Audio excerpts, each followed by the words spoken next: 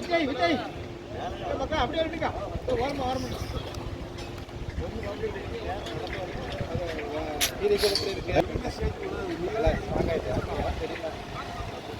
மாணிக்கமே இருக்கு பத்திரா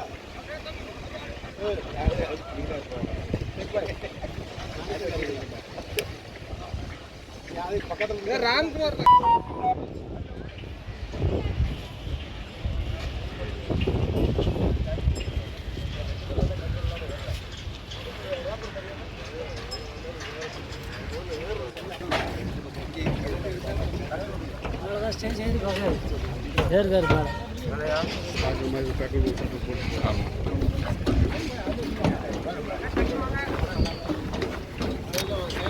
சென்டர்ல வந்துக்கலாம் உள்ள போயிடுவானா ஓகே ஓகே வாங்க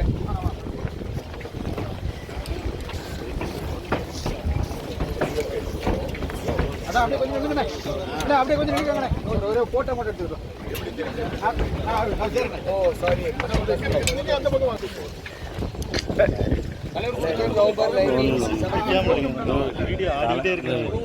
துண்டு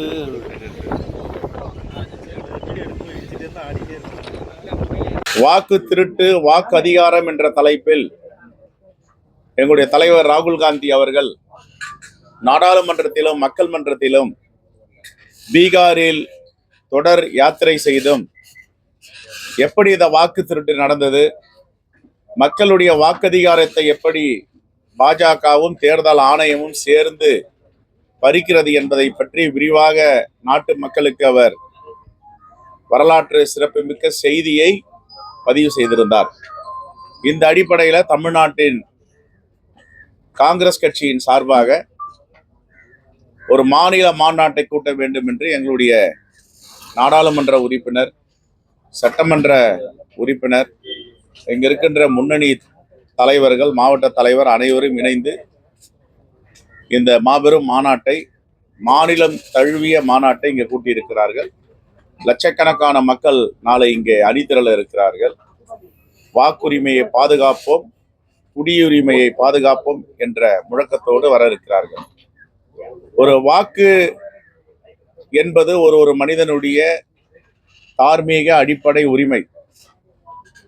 ஜிஎஸ்டி மூலமாக, பண மதிப்பு இழப்பு மூலமாக, பல சட்டங்கள் மூலமாக மனிதர்களுடைய சாதாரண உரிமையை பறித்தார்கள். இப்பொழுது இருப்பது வாக்கு மட்டும்தான். இந்த வாக்கை பறிப்பதற்கு, வாக்கை பறித்த பிறகு குடியுரிமையை பறிப்பதற்கான திட்டங்களை RSSம் பிஜேபியும் தேர்தல் ஆணையத்துடைய உதவியோடு செய்து வருகிறார்கள். இதை வன்மையாக எங்களுடைய தலைவர் ராகுல் காந்தி கண்டித்து மக்கள் மத்தியில பாஜகவுடைய தேர்தல் ஆணையத்துடைய இந்த அரசியலமைப்பு சட்டத்துக்கு எதிரான செயலை அம்பலப்படுத்தியிருக்கிறார். அதனுடைய தொடர்ச்சியாக தமிழ்நாடு காங்கிரஸ் கமிட்டியின் சார்பாக நாளை இங்கே தமிழ்நாடு காங்கிரஸ் கமிட்டியுடைய தோழர்களும் தலைவர் பெருமக்களும் இங்கே சங்கமிக்க இருக்கிறார்கள். எங்களுடைய அகில இந்திய பொறுப்பாளர் திரு கிரீஷ் சோடங்கர் அவர்கள், சுரேஷ் ஹெக்டே அவர்கள், தலைமையிலிருந்து பவன் கரே எங்களுடைய அகில இந்திய காங்கிரஸ் கமிட்டி செய்தி தொடர்பாளர் சிறப்பு விருந்தினராக கலந்து கொள்ளுகிறார், சிறப்புரையாற்ற இருக்கிறார். மேனாள் நிதி அமைச்சர் திரு ப. சிதம்பரம் அவர்கள் கலந்து கொண்டு உரையாற்ற இருக்கிறார். பாராளுமன்ற சட்டமன்ற உறுப்பினர்கள், மாநில நிர்வாகிகள், மாவட்ட தலைவர்கள் அனைவரும் கலந்து கொள்கிறார். காரைக்குடியில நேற்று பேசின சிதம்பரம் சார் வந்து தமிழ்நாட்டுல பாஜக உள்ள புகுந்துட்டு இங்கேயும் வாக்கு திருட்டு நடக்கும் அப்படின்னு ஒரு கருத்தை முன்வைக்கிறார். அதை தடுப்பதற்காகத்தான் இந்த விழிப்புணர்வு மாநாட்டை இங்கே நடத்துகிறோம். மக்களே ஜாக்கிரதையாக இருங்கள், உஷாராக இருங்கள். வாக்கு திருடர்கள் தமிழ்நாட்டுக்குள்ளும் கால் ஊன்றுவதற்கு வாய்ப்பு இருக்கு. உங்களுடைய வாக்குகளை நீங்கள் பாதுகாத்து கொள்ள வேண்டும். முதலில் வாக்குரிமையை பறிப்பார்கள், பிறகு குடியுரிமையை பறிப்பார்கள் என்றுதான் எங்களுடைய அச்சம். தேர்தல் ஆணையம் இவ்வளவு பெரிய போராட்டம் நடத்தியோ தொடர்ந்து நீங்க இது குறித்த கண்டனங்களை எழுப்பி வந்தோம். தேர்தல் ஆணையம் அது குறித்து ஒரு ஸ்ட்ராங்கான பதில் எதையும் இதுவரைக்கும் பதில் சொல்லனா கூட பரவாயில்ல. எங்களுக்கு தரவுகள் வேணும், டேட்டா பேஸ் கொடுங்க அப்படின்னா அதெல்லாம் எரேஸ் பண்ணிட்டோம், அழிச்சிட்டோம் அப்படின்றாங்க. சிசிடிவி ஃபுட்டேஜ் கேட்டால் அதையும் அழிச்சிட்டோன்றாங்க. ஆக தேர்தல் ஆணையம் என்பது நடுநிலையாக செயல்பட வேண்டிய தேர்தல் ஆணையம். இப்பொழுது பாஜக என்ன சொல்லுகிறதோ அதை கேட்டு அவர்கள் செயல்படுகிறார்கள் தான் யதார்த்தமான உண்மை. பாஜக முன்னாள் மாநில தலைவர் அண்ணாமலை வந்து நீங்க வந்து செல்வ குழந்தைகள் வந்து ஸ்டாலின் பொருளாக காங்கிரஸ் ஸ்டாலின் பொருளாக மட்டுமே பேசுகிறாங்க, இது வந்து வருத்தம் அளிக்கிறது அப்படின்னு அது அது அவருடைய பார்வை. நாங்க காங்கிரஸ் குரலா தான் இருக்கோம், நாங்க கூட்டணியில இருக்கோம், தோழமையில இருக்கோம். இப்போ ஒரு ஒரு ஒரு இது மாதிரி ஒரு கட்டமைப்பை பாஜக கட்டமைக்க நினைக்குது. திமுக கொண்டு வந்த வரி விதிப்பு, சொத்து வரி உயர்வுக்கு முதல் கண்டிச்சது, எதிர்ப்பு தெரிவித்த சட்டப்பேரவையில காங்கிரஸ் நாங்க தான். குறிப்பா நான் தான் அதை எதிர்த்து பேசினேன். மோட்டார் வாகன சட்டத்தை உயர்த்த வேண்டும், மோட்டார் வாகன சட்ட திருத்தம் மூலமாக ரோட் டாக்ஸ் வாகன வரியை உயர்த்த வேண்டும் எதிர்த்தது நாங்க தான். 8 மணி நேர வேலையை 12 மணி நேரம் உலக நாடுகளில் உள்ள தொழிற்சாலைகள்லாம் கேட்கிறார், எம்என்சி மல்டிநேஷனல் கம்பெனி எதிர்த்தது நாங்க தான். எலக்ட்ரிசிட்டி பில் ஹைக் பண்ணும்போது எதிர்த்து சட்டப்பேரவையில் மக்களுக்காக குரல் கொடுத்தது நாங்க தான். இப்ப தூய்மை பணியாளர்களுடைய போராட்டத்துல நாங்க போய் சந்திச்சு மக்களா அரசுக்கு எதிராக தான் அவங்க போராடினாங்க. நாங்க அந்த போராட்டத்துல கலந்துட்டோம், தவறுன்னு சொன்னோம். தூய்மை பணியாளர்கள் என்ன கேட்குறாங்களோ அதை செய்யுங்க, நிரந்தரம் பண்ணுங்க, சம்பள உயர்வு கொடுங்க. எங்க நாங்க அவங்க குரலா இருக்கணும்னா நாங்க தூய்மை பணியாளருடைய போராட்டத்துல, அரசுக்கு எதிராக நடக்கிற போராட்டத்துல கலந்துருக்க கூடாது. நேத்திக்கு ஆணவ படுகொலைக்கு எதிராக ஒரு போராட்டம் வச்சாங்க, அரசுக்கு எதிராக சட்டம் இயற்றுங்க. நாங்க போய் கலந்துட்டோம், நானும் எங்க துணைத் தலைவர் திரு சொர்ணா சேகரன். அப்போ வரி விதிப்புக்கு எதிராக, சொத்து வரிக்கு எதிராக, வேலை வாய்ப்பு விஷயத்துல எல்லாருமே எதிர்ப்பா நாங்க பேசுறத அதையெல்லாம் மறைச்சிட்டு நாங்க எப்படி திமுகவுடைய குரலா இருக்க முடியும்? அது என்ன விதத்தில் நியாயம்? அது இதுதான் சொல்றது டிஸ்கிரிமினேஷன். நாங்க எதிர்க்கல, குரல் கொடுக்கல. நீ எங்க குரல் கொடுத்தன்னு எங்களை கேளுங்க. நாங்க இப்ப சொல்றோம்ல, சப்போஸ் சட்டசபையில அவை குறிப்புல பாருங்க, பத்திரிகை குறிப்பு பாருங்க, இது மாதிரி செய்தியாளர்கிட்ட பேசுறத பாருங்க. வரி உயர்த்தக்கூடாதுன்னு இருக்கோம், கண்டிச்சிருக்கோம், போராட்டம் பண்ணியிருக்கோம். நேற்றுக்கு ஆணவ படுகொலைக்கு சட்டம் இயற்றணும்ட்டு நாங்க போராட்டத்துல கலந்து கொண்டு அந்த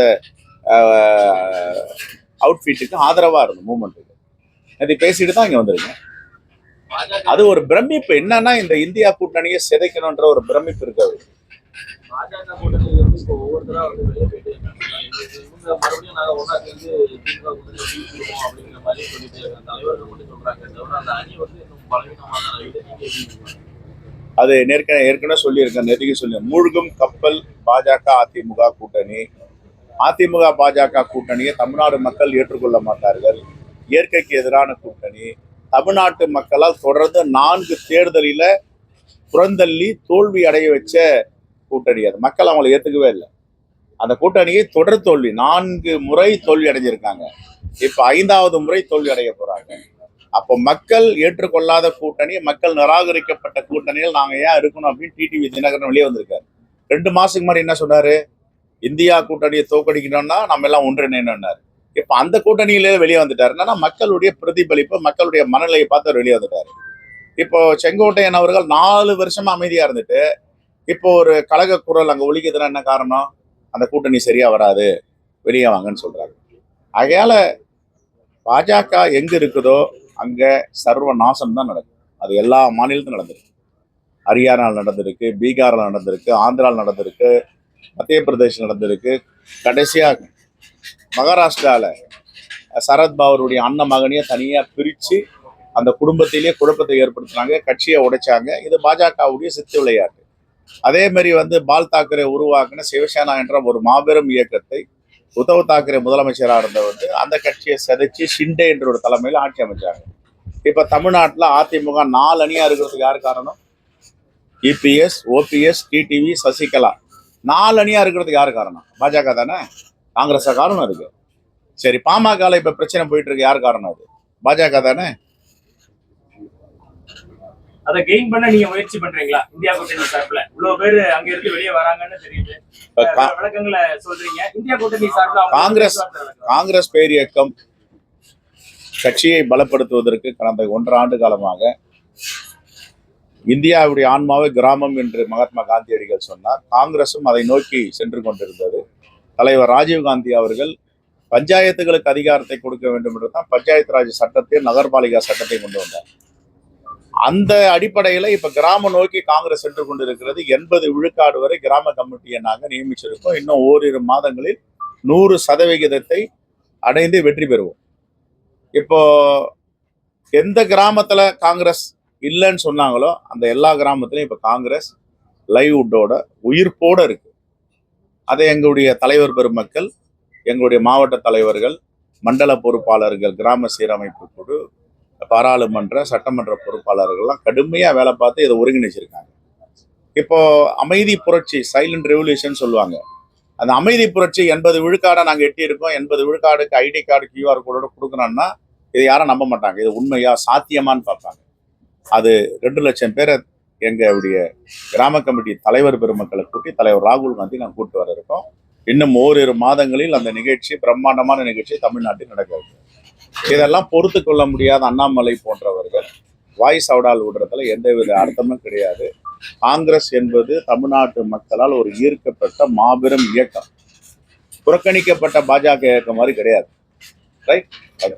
பாஜகவுடைய மாநாடு அமித்ஷா வர மாநாடு தேசிய தலைவர்கள் அப்படின்னு சொல்லி தமிழகத்துல முகம் தெரிந்த நபர்களா யாருமே இல்லையே வரக்கூடிய மாநாடு. எங்களுடைய ஒரே முகம், ஒரே வேணுகோபால் அப்படி முகம் தெரிஞ்ச நபர்கள், பொதுச் செயலாளர், தலைவர், அந்த லெவல்ல பிரியங்கா காந்தி, அந்த மாதிரி ஒரு மிகப்பெரிய ஆளுமைகள் வராதது ஒரு விளைவை ஏற்படுத்தாதான். அவர்கள் எதற்கெடுத்தாலும் நேற்றைக்கு சர்பானந்த் சோனோவால் தூத்துக்குடிக்கு வராரு. ஒரு வாரத்துக்கு முன்னாடி இவர் ஹோம் மினிஸ்டர் வந்து போயிருக்காரு. பிரதமர் வராரு. அப்படி அவங்க ஒரு வேகமா செயல்படும் போது நீங்க மாநாடு நடத்துறீங்க. ஆனா அதுக்கான தலைவர்கள் அப்படிங்கிற இப்போ அவங்க கால் ஊன்றுவதற்கு முயற்சி செய்யறாங்க. அதனால எல்லாம் படையெடுக்கிறாங்க. இப்போ எங்களுடைய குரல், எங்களுடைய முகம் எல்லாம் தலைவர் ராகுல் காந்தி. அதோடைய பிரதிபலிப்பு தான் இங்க உட்காந்துட்டு தலைவர் எல்லாம். அமித்ஷாவை பார்த்து, அமித்ஷா மக்களிடம் செல்வாக்கு பெற்றவரா எங்க தலைவர்கள் இருக்காங்கன்னா இவங்க தான் மக்களிடம் செல்வாக்கு பெற்றவர்கள். எல்லா கிராமத்திலையும் அமித்ஷாவில் போக முடியாது. எங்க தலைவர்களால எல்லா கிராமத்திலையும் போக முடியும். எங்களுக்கு அந்த சித்தாந்தம் வலிமையா இருக்கு, எங்களுடைய கொள்கை கோட்பாடு வலிமையா இருக்கு. ஆனா அமித்ஷா ஒரு சர்ச்சுக்குள்ளேயோ, ஒரு தர்காக்குள்ளேயோ, ஒரு பார்சிகள் வைத்து இருக்க ஆலயத்துக்குள்ளேயோ, சீக்கியர் கோவிலுக்குள்ளேயோ எங்கேயும் போக முடியாது. ஆனா எங்க தலைவர்கள் எங்க வேணாலும் போகலாம். எல்லா மக்களாலும் ஏற்றுக்கொண்டப்பட்ட இயக்கம் தான் காங்கிரஸ் பேர் இயக்கம். அதனால வர வேண்டிய காலகட்டத்தில் எங்க தேசிய தலைவர்கள் நாங்கள் வர வைப்போம். இப்போ சொல்றோம் பாருங்க, 2 லட்சம் பேர் எங்க கிராம கமிட்டி தலைவர் பெருமக்கள் பொறுப்பாளர் இருக்காங்க. அந்த 2 லட்சம் பேர் ஒரு இடத்துல கூட்ட போறோம். எல்லாரும் வித் ஐடி கார்டோட வர போறாங்க. அப்ப காங்கிரஸ் எங்க இருக்குன்னு கேட்டவங்களுக்குலாம் அதுதான் பதில் சொல்ல போகுது. தலைவர் ராகுல் காந்தியும் தலைவர் மல்லிகார்ஜுன கார்கேவும் அதுல பேச போறாங்க. அது வெகு விரைவில் உங்களெல்லாம் அழைத்து அந்த தேதியை நாங்க அறிவிப்போம். ஜிஎஸ்டி வரி குறைப்பு காங்கிரஸ் தலைவரா சாரோட பார்வை? நாங்க தொடர்ந்து சொல்லிட்டு வரோம், இந்த ஜிஎஸ்டி தமிழ்நாட்டு மக்களுக்கோ இந்திய மக்களுக்கோ ஏற்றதல்ல. காங்கிரஸ் கொண்டு வந்துள்ள ஜிஎஸ்டி வேற, காங்கிரஸ் திட்டமிட்ட ஜிஎஸ்டி வேற, நீங்க கொண்டு வருகிற ஜிஎஸ்டி வேற. 18 விழுக்காடுக்கு மேல் இந்திய மக்கள் தாங்க மாட்டார்கள். இது ஐரோப்பா கிடையாது, அமெரிக்கா கிடையாது, ஜப்பான் கிடையாதுன்னு சொன்னோம். இவங்க என்ன பண்ணாங்க, ஐரோப்பியால 40 விழுக்காடு இருக்கு, அமெரிக்கால 40 விழுக்காடு இருக்குன்னு கொண்டு வந்தாங்க. அதுக்கு மட்டும் இல்லை, உயிரை பாதுகாத்து கொள்ள வேணும் ஐசியு சிசியு போனோம், அங்கேயும் ஜிஎஸ்டி. நம்முடைய தாய்மார்கள் பயன்படுத்தும் பொருட்கள் வாங்கணும்னா அங்கேயும் ஜிஎஸ்டி. மாற்றுத்திறனாளிகளுடைய உபகரணங்கள், அந்த பொருட்கள் வாங்கணும்னா அதுக்கும் ஜிஎஸ்டி போட்டாங்க. நாங்க சொன்ன ஜிஎஸ்டி அது இல்லை, 18 விழுக்காடு கூட இருக்கணும். இப்ப என்ன பண்ணாங்க, மக்களை 10 ஆண்டுகளா வதைச்சாங்க. சேமிப்பு குறைஞ்சு போச்சு, மக்களுடைய கடன் ஏறி போச்சு, பொருளாதாரம் மந்தமாயிடுச்சு. வேற வழி இல்லைன்னு காங்கிரஸ் சொன்ன திட்டத்துக்கு திரும்பி வராங்க. இது காங்கிரஸ் சொன்ன திட்டம். தலைவர் நம்முடைய ப. சிதம்பரம் ஐயா அவர்கள் நிதியமைச்சரா இருக்கும்போது அவர் கொண்டு வந்த திட்டம். 18 விழுக்காடுக்கு மேல நீங்க போடாதீங்க. டாக்டர் மன்மோகன் சிங்குடைய ஆட்சியில இதுதான் எங்களுடைய பார்வையா இருந்துச்சு, இதுதான் எங்களுடைய பொருள் அப்படின்னு சொன்னாங்க. ஆனா கேட்கல. 18 ஒரு ஸ்லாப்பு, 24 ஒரு ஸ்லாப்பு, 40 ஒரு ஸ்லாப்னு வச்சாங்க. இப்ப மக்கள்கிட்ட சேமிப்பே இல்லை, ரோட்டுக்கு வந்துட்டாங்க, கடன் சுமை ஏறி போச்சு. இந்த 2 விஷயத்தினால எம்எஸ்எம்இ, குறு சிறு நடுத்தர தொழில்கள் எல்லாம் நலிஞ்சு போச்சு, எல்லாருக்கும் ஜப்தி நோட்டீஸ் வந்துருச்சு. இப்போ இந்தியா முழிச்சிடுச்சு. என்ன சொல்லுது? மக்கள்கிட்ட நலிஞ்சு போயிட்டாங்க, சிறு சேமிப்புலாம் குறைஞ்சி போச்சு, சேமிப்பே கிடையாது. ரெண்டாவது கடன் ஏறி போச்சு, மூன்றாவது பொருளாதாரம் மந்தமாயிடுச்சு. அப்போ என்ன செய்யணும்? காங்கிரஸ் ஒன்று 18 விழுக்காடுக்கு திரும்பி வாங்க. இப்போ அதான் திரும்பி வந்திருக்காங்க. இது காங்கிரஸ் உடைய ஃபார்முலா, காங்கிரஸ் உடைய ஐடியாலஜி, காங்கிரஸ் உடைய திட்டம். மோடி வேற வழி இல்லைன்னு இப்ப காங்கிரஸ் உடைய திட்டத்துக்கு திரும்பி வந்திருக்காங்க. அந்த வாக்கு கொண்டு வரணும்னு சொல்லி அகில இந்திய பிஜேபி அகில இந்திய செய்தி தொடர்பாளர் சுப்ரீம் கோர்ட்டில் வழக்கு வாக்கு பீகார்ல வாக்கு திருத்தம் கொண்டு வந்தாங்க, 25 பேர் மாற்றினாங்களே, அது போன்ற ஒரு தமிழகத்திலையும் அந்த சார் செக்அப் நடத்தணும். தாராளமா செய்யுங்க. நாங்க அதுக்கு எதிரானவர்களா? நாங்க அதுக்கு ஆதரவா போராட்டமே நடத்துறோம். வாக்கு திருட்டு இருக்கக்கூடாது, எங்கெங்கெல்லாம் மேனிப்புலேஷன் இருக்கு அதெல்லாம் எடுக்கணும்னு சொல்றேன். காங்கிரஸ் உடைய கொள்கை ஐடியாலஜியா தான் எங்க தலைவர் ராகுல் காந்தி அதை நோக்கி தான் போராட்டம் பண்ணார். இதையெல்லாம் சரி பண்ணணும், ஜனநாயகத்தை மலர செய்யணும். தாராளமா செய்ய சொல்லுங்க.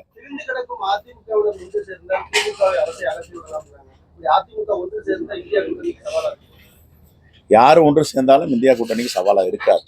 என்ன காரணம்னா, இவர்கள்லாம் ஒரு சந்தர்ப்ப சூழலில் இந்த அரசியல் பண்றாங்க. மக்களுக்காக நாங்க பண்றேன்னு கிடையாது. மக்களுக்காக பண்ணா எப்போ ஒருங்கிணைஞ்சிருப்பாங்க? அது வாய்ப்பே கிடையாது. ஒருவேளை நீங்க சொல்ற மாதிரிலாம் ஒருங்கிணைஞ்சாங்கலாம் அண்ணன் எடப்பாடி பழனிசாமி எதிர்கட்சி தலைவர் அவங்க வீட்டான போய் வைக்க வேண்டிய நிலைமை வந்துடும். இப்போ அவங்கெல்லாம் இவங்க வீட்டா நிற்கிறாங்கல்ல, இப்போ இவரு போய் அங்கே நிற்கணும். அதனால அவர் அதில் ரொம்ப தெளிவாக இருக்காருன்னு தான் காலையில் கூட ஒரு பத்திரிகையாளர் சொன்னார். இதுக்கெல்லாம் வாய்ப்பே கிடையாது. இன்னைக்கும் திண்டுக்கல்ல கூட்டம் நடக்குதுன்றாங்க. அவருடைய உட்கட்சி பிரச்சனை அவங்க பேசி தீர்த்து கொள்வாங்க. பிரேமலதா, பாமக, டிடிவி, ஓபிஎஸ் உங்க பக்கம் வருவாங்களான்னு கேட்டேன். அது எங்களுடைய அகில இந்திய தலைமையும் திமுக தலைவர் தான் முடிவு பண்ணுவாங்க. இந்தியா கூட்டணி தலைவர் இப்போதைக்கு ஆசிட்டிஸ் எனக்கு தெரிஞ்சு இல்லைங்க. திருநெல்வேலியை மையமா வச்சு சமீபத்துல 1.5 லட்சம் காங்கிரஸ் தொண்டர்களுக்கு QR கோடு வழங்குறீங்க. திருப்பியும் திருநெல்வேலியில ஓட்டு திருட்டுக்கு எதிராக ஒரு மாநாடு நடத்துறீங்க. தென் மாவட்டங்களை குறி வச்சு காங்கிரஸ் இயங்குதா? சீட்டுகள் அதிகம் பெறக்கூடிய ஒரு உத்தியா? ஏற்கனவே தமிழ்நாட்டில் தென் மாவட்டங்கள் வலிமையா தான் இருக்கு. எங்களுடைய சட்டமன்ற உறுப்பினர், நாடாளுமன்ற உறுப்பினர்கள்லாம் ரொம்ப வலிமையா இருக்காங்க இந்த பகுதியில். தமிழ்நாடு முழுவதும் இதை வளர்ச்சியடைந்த காங்கிரஸாக தான் நாங்கள் எடுத்துட்டு போக விரும்புகிறோம். Right, thank you.